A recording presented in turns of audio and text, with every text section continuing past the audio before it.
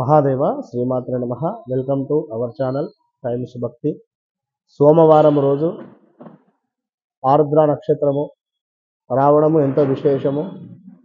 మరి యొక్క సోమవారం రోజు ఆరుద్ర నక్షత్రము సోమవారం ఉండడము ఇంకా అద్భుతము. ఇది పుష్యమాసములో కనుక ఈరోజు ఎవరైతే ఈశ్వరునికి చక్కటి అభిషేకం కానీ చక్కటి అలంకరణ కానీ భస్మాభిషేకం కానీ చేసుకుంటారో వారికి జాతకరీత్యా ఉండేటువంటి దోషాలు నివృత్తి అయ్యేటువంటి పరిస్థితి ఉంది.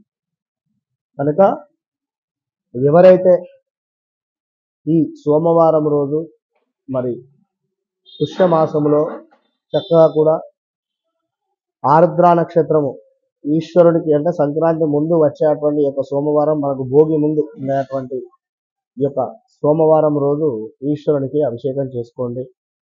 మేషరాశి నుండి మీనరాశి వరకు 12 రాశుల వారు కూడా చెరకు రసముతో అదేవిధంగా దానిమ్మ రసాలతో ఈశ్వరునికి అభిషేకం చేయండి. కుదిరితే ఒక దీపారాధన, అది ఎలాంటి దీపారాధన అంటే పిండితో చక్కగా కూడా నక్షత్ర దీపారాధన ఇంతకు ముందు కూడా మనం చెప్పి ఉన్నాం. సో నక్షత్ర దీపాలు ఏ విధంగా పెట్టాలి అంటే సుమారుగా 27 పిండి దీపాలను చేసి ప్రతి దాంట్లో 2 వత్తులను వేసి చక్కగా కూడా ఆ ఈశ్వరుని యొక్క దేవాలయం ముందు ఒక ముగ్గు వేసి ఆ యొక్క ముగ్గుపై ఈ యొక్క దీపాలను పెట్టి మరి ఈ యొక్క దీపాలను అగరబత్తితో కానీ లేదా ఏకహారతితో కానీ వెలిగించాలి. ఇది ఖచ్చితంగా కూడా సుమారుగా మనకు వత్తితో దీపాన్ని ముందు వత్తిని వెలిగించి ఈ వత్తితో ఈ దీపాలను వెలిగించాలి.